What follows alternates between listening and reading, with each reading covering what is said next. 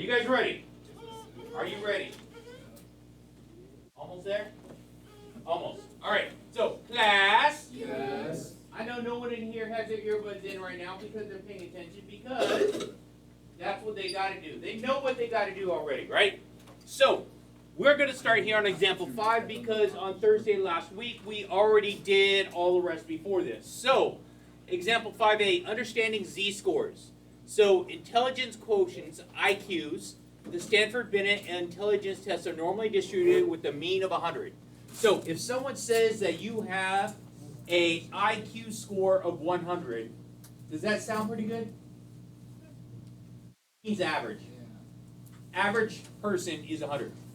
So, if it's average, that means 50% of the people are lower than you, 50% of the people are above you. Okay. So, and a standard deviation of 16, what is the IQ corresponding to a z-score of negative 1.5? Now, my formula is the z-score equals my data minus x bar divided by standard deviation. So there's a symbol. So it's like that cursive O that I was telling you about. This yesterday. You did? Yes. Good job. Now, in this case right here, I'm giving you the Z. I'm giving you the Z. I'm looking for the data item. I'm looking for my data item. So z-score is negative 1.5 is equal to my data item, which is I don't know. So a lot of times they use x. But isn't x kind of confusing if I have an x and an x bar? Yeah. It is. So I'm just going to keep writing data versus writing x because I don't want to confuse you guys. So it's just my data item that I'm looking for minus x bar. That is my 100. Very good. Divided by standard deviation of 16. 16. Standard deviation of 16. There we go.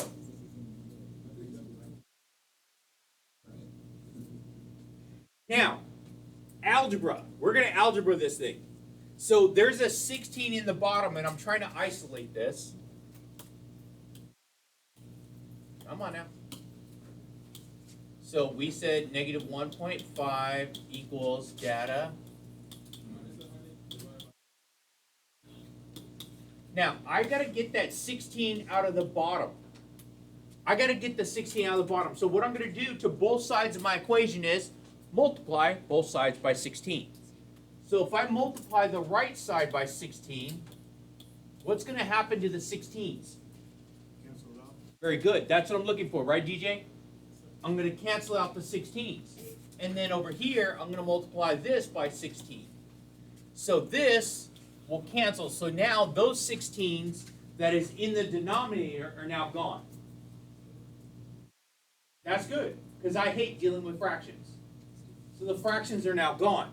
So now 16 times negative 1.5, what's it, like negative 24? Yeah. Yeah? Okay. Negative 24. Huh? Negative 24 is equal to my data minus 100. Uh-oh, I'm almost there. I got to try and get rid of that 100, right? Yeah. It's minus 100. How do I get rid of that? Add 100. Very good. So let's add 100 to both sides. So my answer now is going to be 76 is my data item. You did? Yeah, good job. Yes, you are. Yeah, you too. No, make it a rest now. Yeah, you can go now. So the data item, so in context of this question, the data item referred to what? What was the topic that we were talking about? You can go back and look at it.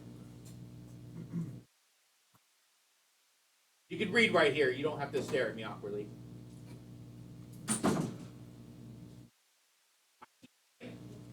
So it's going to be an IQ. So if your IQ has a z-score of negative 1.5, that means you have an IQ of 76. Wow, all right. I know. All right. Make sense? Is that pretty easy there? Yeah. What's up? Did you subtract this deviation from the Data minus mean divided by standard deviation. Data item, no. I would do this item by item. I think you might have stumbled across it and like got it right every time. So whatever you did, just keep doing it.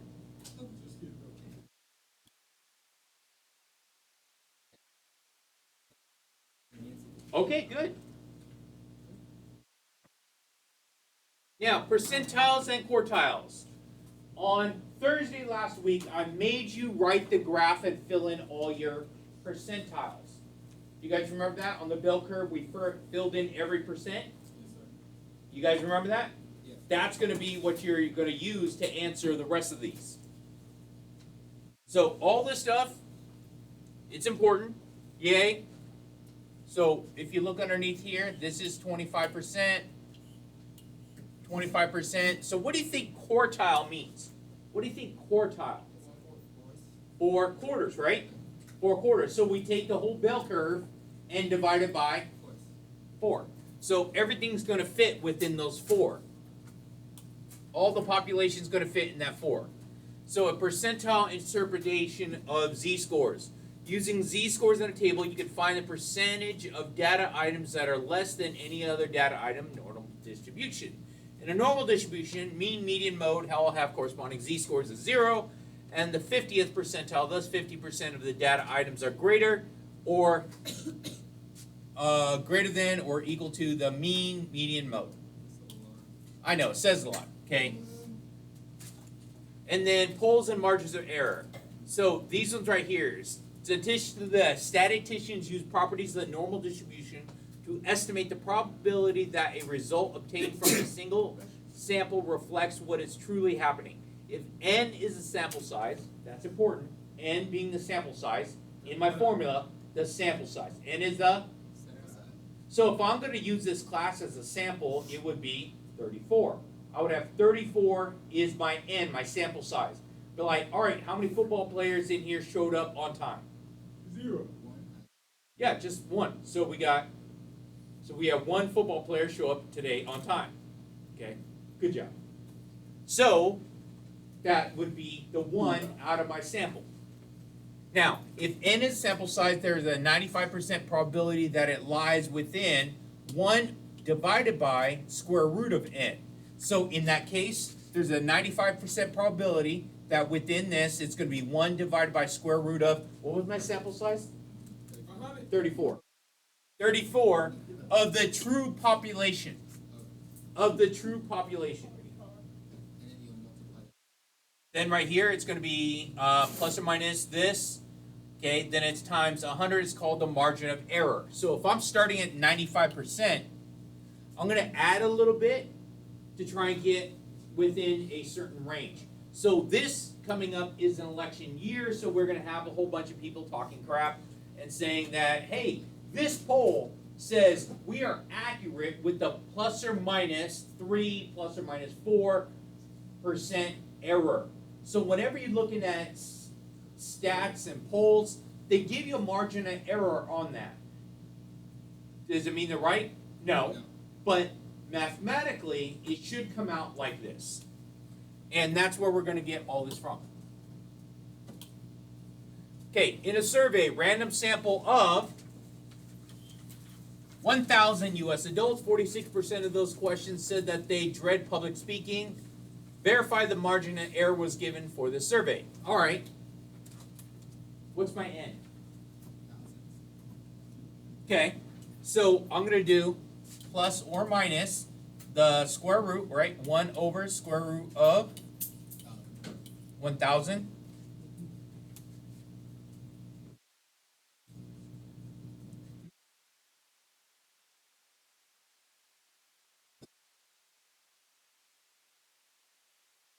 Okay, back it up a little bit, right there. And that's times 100%. Times 100% as a decimal would be 1.0. Or since I'm going to end up multiplying or adding it to my percentage here, I can also include it as my 100%.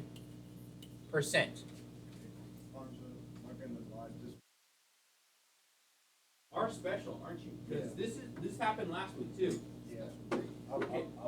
You know what? Seriously, as you're sitting on the toilet, aren't you sitting there reading it? I put comics on there for you to read it. on the seat. You go get it. What? Anyway. So let's do this. What is my? Do the math for me. 1 over square root of 100.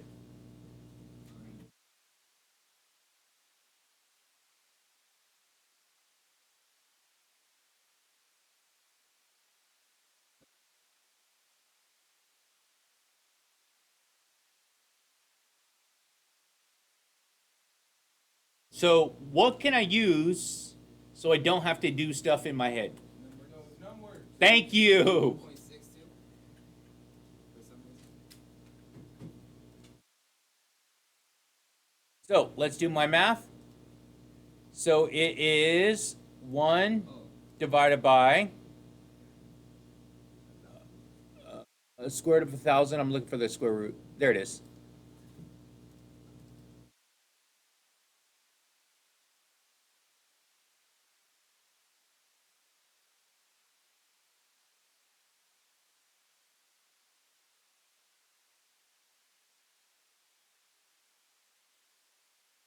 Yes? No? Maybe? 0.01. Times. Oh. Yep.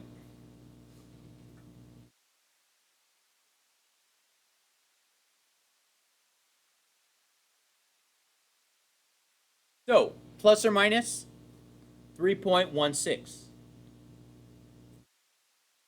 So plus or minus 3.16. So my answer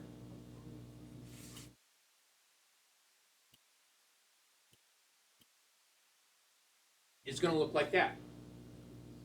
What's up? Water? Yeah. So let's see.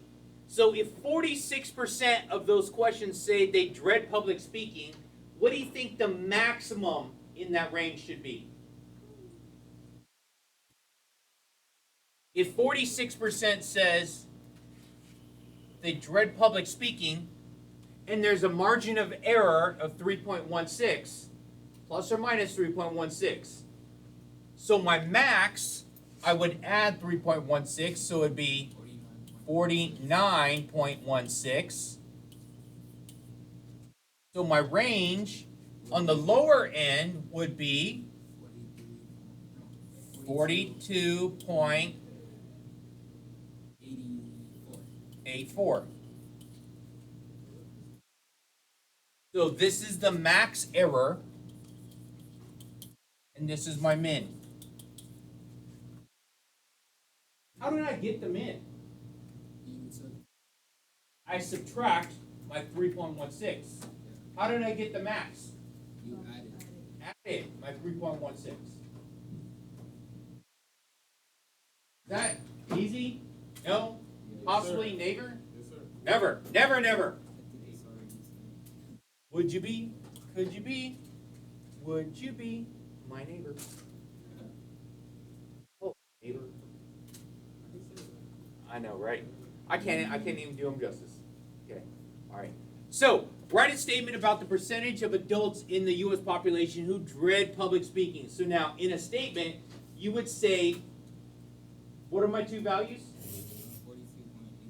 42.84. So between 42.84.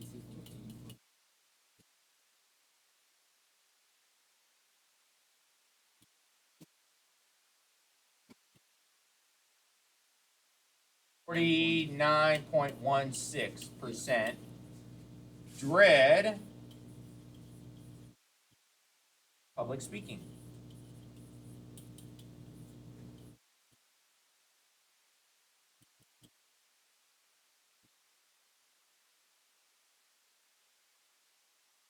Now, labeling everything is important, especially when we have statistics and stuff like this, so you need to talk about the units that we're doing.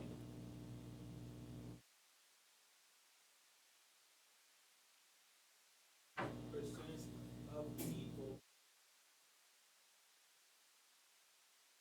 There we go. Does that make sense or is that nonsense? You guys feel pretty good? Explain the Pretty good. gist of it, so that way I can get it.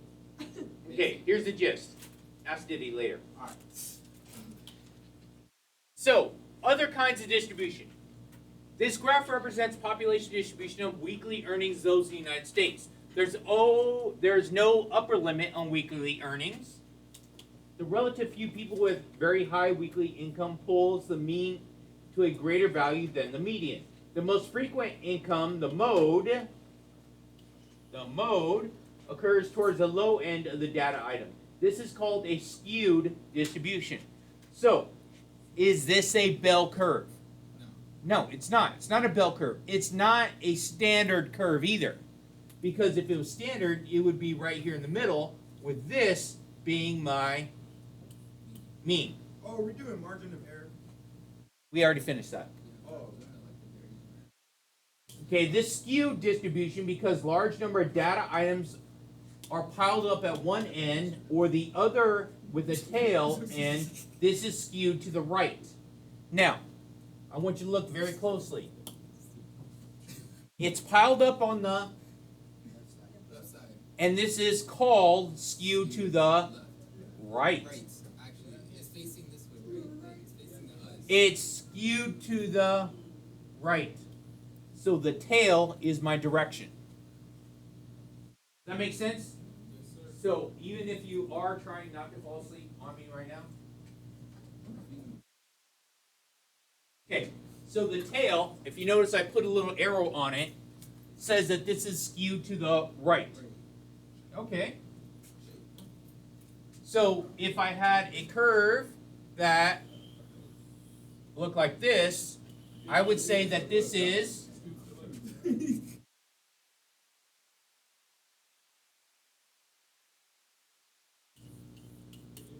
there you go, skewed left. It's going to ask you about those different types of skew. So skew that. See what I did there? isn't it supposed to be ED? If it's skewed left. Yeah. So if it's piled up on the right, the tail points to the left. Yeah. So therefore it's skewed left. Okay, that's actually. There we go. Good. All right, that being said, make sure you all like, share, and subscribe. Hit that notification button. Support my channel. Buy stuff on my merch store.